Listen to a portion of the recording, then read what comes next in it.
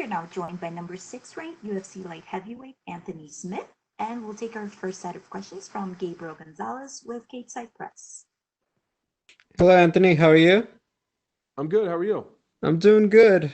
So you made headlines after the last one. You felt a little undersized at 205 pounds. This fight is obviously at 205. Can you just talk about the decision to take this fight and at this weight?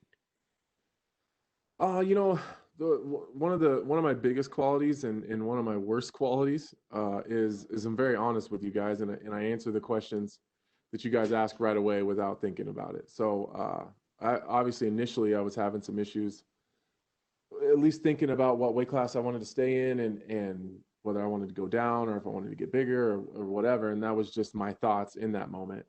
Obviously, after getting home and thinking about it and considering cutting back down to 185, I immediately remembered how bad that was.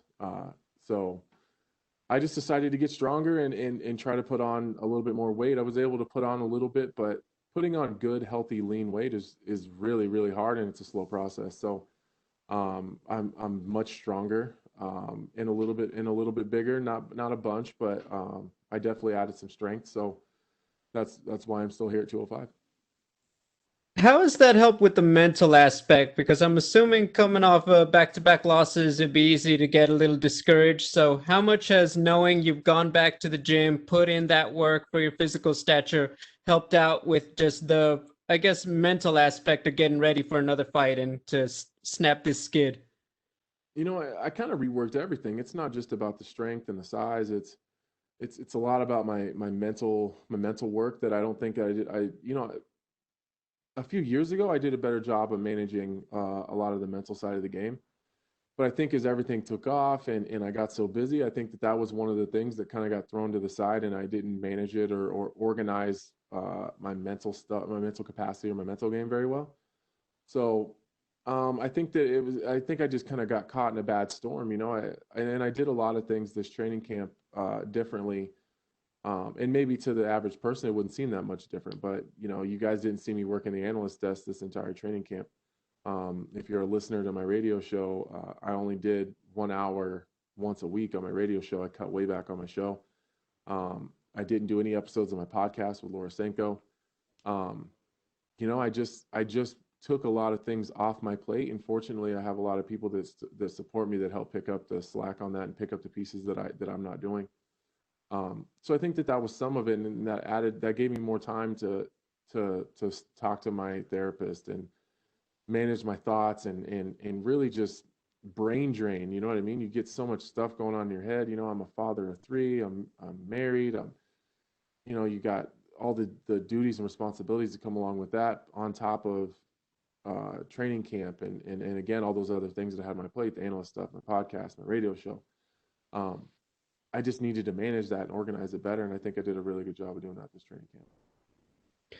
My final question, you've obviously been one of the big faces in UFC for Factory X, your team. I just wanted to know, what's it like seeing Brandon Royval's rise this year, and he goes from unknown to now he's one of the top flyweights, and he's your teammate over there. Yeah, it's been really cool to watch Brandon, but it's been cool to watch a lot of those guys. You know, Jonathan Martinez, Yusuf Zalal, obviously Brandon, Chris Gutierrez. I mean, the list goes on. Like, there's a lot of those guys. And to be honest with you, one of the funnest things to watch is all those guys are very similar in size. So watching all of those guys train together and just go after each other, it's one of the coolest things in the world. It's just all these super high level, you know, smaller guys just getting after it.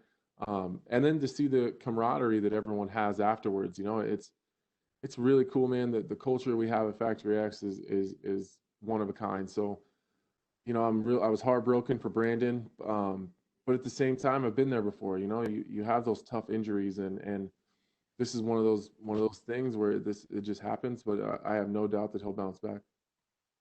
Hey, thank you, Anthony. Good luck. Thank you very much.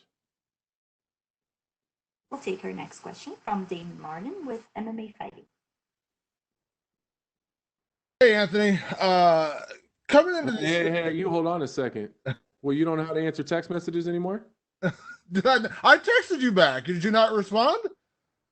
No, you didn't respond. I'm gonna check my text message. How This is over. Uh, you been? I'm good, man. I'm good. Uh, Obviously, you're never a guy to make excuses, but you've had such a crazy year when you really think about this, from the home invasion thing to the pandemic kind of starting and stopping your fights, and then going through everything you went through. Like, can you kind of wrap your head around what this year has been for you? Because it has been kind of insane. Yeah, it's been really tough, man. And like you know how it is. We talk a lot. Like I just I'm never gonna make an excuse, even when it's handed to me. I just it hasn't been the easiest year I've ever been through. That's for sure. And you know some of it's my fault. Maybe if I was maybe if I was more of a man, I'd have I'd have the balls to maybe pull out of some of those fights and know that maybe that some of those weren't the best situations that I should have been fighting in. But I just don't have it in me. I just don't have it in me to say that I can't do something. So even going into the Glover fight right after the home invasion during the whole pandemic thing, and my family's in shambles or whatever, like maybe it would have been maybe it would have been the more manly thing to do, to just say, hey, listen, like I'm having some serious issues at home. I can't do this right now. But that means I would actually have to say it out loud, that I can't do it, and I just don't, like, I'm not built like that. Like, my brain is just not wired like that. So it's been tough, man. But unfortunately, this year's been tough for the entire world, and my struggles are very first world problems. My family's safe, my bills are paid, my everybody's taken care of. I don't worry about a whole lot of things in life. So I don't want to pretend like my year has been any worse than the rest of the world, and specifically the country. It's been really tough for everyone. So I think everyone else and myself just hope that 2021 brings some better stuff. That's for sure. With that being said, you know this from being an analyst, doing your own show, how reactionary this sport is. When you win a big one, when you knock out Shogun, you're the greatest light heavyweight in the world, man. Anthony on his way to the title. You lose one fight, suddenly you're a bum, you're no good. Like, how do you deal with it? Because I think people forget, like in the Glover fight, obviously winning early, and credit to him for surviving and coming back. And obviously, I know the Rakic fight didn't go your way, but again, you went to a decision. It wasn't, it didn't go your way, but that's just part of the sport. But does it bug you to kind of, the kind of reactionary way this sport goes, where you lose two fights and suddenly you're washed up, or you're not the guy you were? Does it disappoint you? That's the reaction you get sometimes. I used to worry about that stuff, I think, more when I was younger. Um, but honestly, now I expect it now. So I think it's easier to deal with when you expect it. Um, but it is disappointing sometimes to see how fickle people are. And it's some of the media too at the same time, where it's they'll big you up 1 second, oh excuse me, and then the next they're tearing you down. So fortunately for me, I've had pretty good experiences compared to a lot of people with the media. But I think that's just part of the game. And it is crazy to me, like watching team sports like football or baseball or whatever. Like, even when teams are doing really, really bad, like people still stick with their team. Like I have friends that are Jacksonville fans, and it's like, well, how is that even possible? It's like, but every day they're flying their flags and they're pumping up their team, and it's just like, sometimes I wish that uh, the MMA fans were a little bit more like that, but our sport is very different, so I do get it. I'm a Bengals fan, so trust me, I understand that mentality. See, you know exactly what I'm talking about. Last one for when you Devin. Devin, comes from a wrestling background. Obviously, very tough guy, but obviously he hasn't. He has faced good competition, but he hasn't been able to get over that hump. Obviously fighting guys like Jan Blachowicz, and there's no shame whatsoever in losing to those kind of guys. But do you feel like that once again will be, your biggest advantage? You have won those big fights. You know what it's like. You know what it's like to be in those trenches and win those fights. Do you feel like that is an advantage for you, in this fight? Yeah, yeah, I do. I think my biggest advantage is knowing Devin's game. The the problem with me, for everyone else, is I'm unpredictable. You never know what I'm going to do. Sometimes I'm going out to the grapple. Sometimes I want to strike. And to be 100% honest with you, it just depends on how I feel when I wake up that day. And I just go with the flow. Devin's very predictable. We all know what he has to do. As much respect as I have for him, and as cool as I think the story of him and his dad, father and son, corner and fighter, I think that's one of the coolest things in the world, especially coming from a guy who didn't have a dad growing up. I really think that's cool. I don't think there's a world that exists where Devin stands with me for 15 minutes and survives. It just this is not reality. He's a phenomenal grappler. He's a phenomenal wrestler. The problem with him being so good there and not so good everywhere else is we know exactly what he needs to do to win. Alexander Rakic is a little different. I wasn't expecting Alexander Rakic to have his game plan to hold me down for 15 minutes, not posture, not punch, not pass, and ride out the decision. I wasn't expecting that. I don't think I would have that issue with Devin Clark. Thanks, Anthony. Thanks, man. We'll take our next questions from Stephen Rocco with Fox Media. Hey, Anthony. What's up, man? How you doing? Good. It sounds like, listening to you talk about paring your schedule down and sort of focus more on fight-related stuff as opposed to non-fight-related stuff. It's been kind of hard for you to say, like, I can't do everything. Like, do you think a part of this has sort of been like recognizing your limitations this year? Yeah, I think that's a lot of it, man. I spend 2 1-hour sessions a week with my therapist. Just, I guess, over the last, I don't know, really since I fought Alexander Rakic, just figuring out, kind of like you said, like I can't do it all. I can't do it all, and I can't have it all in my cake too. I just can't, like. And we really talk about keeping the main thing. Like, I love fighting and I love being a fighter and I love everything that comes with it. But sometimes some of the stuff that comes with that is it's the media side of it. It's the analyst gigs, which I love. I love being an analyst. I love coming to the events. I love talking to the guys. I love talking about them. I love bigging them up and maybe shedding a light on something that maybe fans wouldn't typically see and maybe drawing fans to that specific person. I love my radio show. I love all that stuff. But the thing that gave me all those opportunities to do that is fighting. And if I'm pulling away too much from fighting and I'm taking away from the main thing and I can't do that. That's what got me here. So I think just really managing that stuff and to be honest, I'm not too proud to say that I have so much stuff going on in my head that sometimes my head is spinning and I don't know which direction to go. And that's not just fight related. That's just in life in general. The world is a crazy place right now, especially. So, she's really helped me a lot. Just really slowing myself down a little bit. And like you said, kind of just realizing what my limitations are. So what gets you back to your current schedule on the UFC commentary desk? You're good at it and the opportunities are there. Do you have to get a win to sort of go back to the way things were, or is this sort of the new normal? No. I mean, I'm still getting, I got plenty of offers to work the desk, during this camp. I just with my my obligations to my family and to my own training camp, I just wasn't able to accept those offers. I already have, two for sure. I already have 2 analyst gigs coming up after this fight. So I'm right back on the desk. I think that just during training camp, I just need to just delegate that time. Just needs to be for myself. It's really tough, when there's been training camps where I've worked, 3 or 4 gigs during one training camp, and it's just a lot. It's just super busy, and then it takes away from the little bit of home time I do have. So it's not just analyst stuff.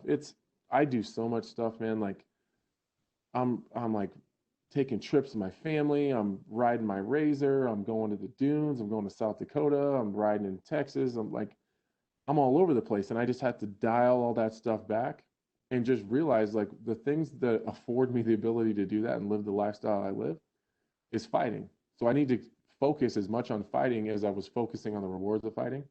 Um, and honestly, it's been really comfortable. It's been a lot of fun, like really not having anything to worry about during camp except just being in camp. Hmm. I saw you giving a message of support to Shogun Pua. Um, what did you think of that fight? And do you agree with Dana's assessment that he should move on? Um, even before I fought Shogun, he was someone that I looked up to and an idol. I love the way he fights. I love the way that he approaches the game. He's crazy respectful, and it's crazy just being in a room with that guy. Like he just has this weird aura about him that it's just I don't know how to explain it, but whether I fought him or not, I want to see Shogun. As long as it's not against me, I want to see Shogun win every single fight that he's ever in. So, oh, excuse me. It's hard to watch him lose. It was hard to watch him lose like that too. Um, but, he said he had a really bad injury that affected him. I'm not sure.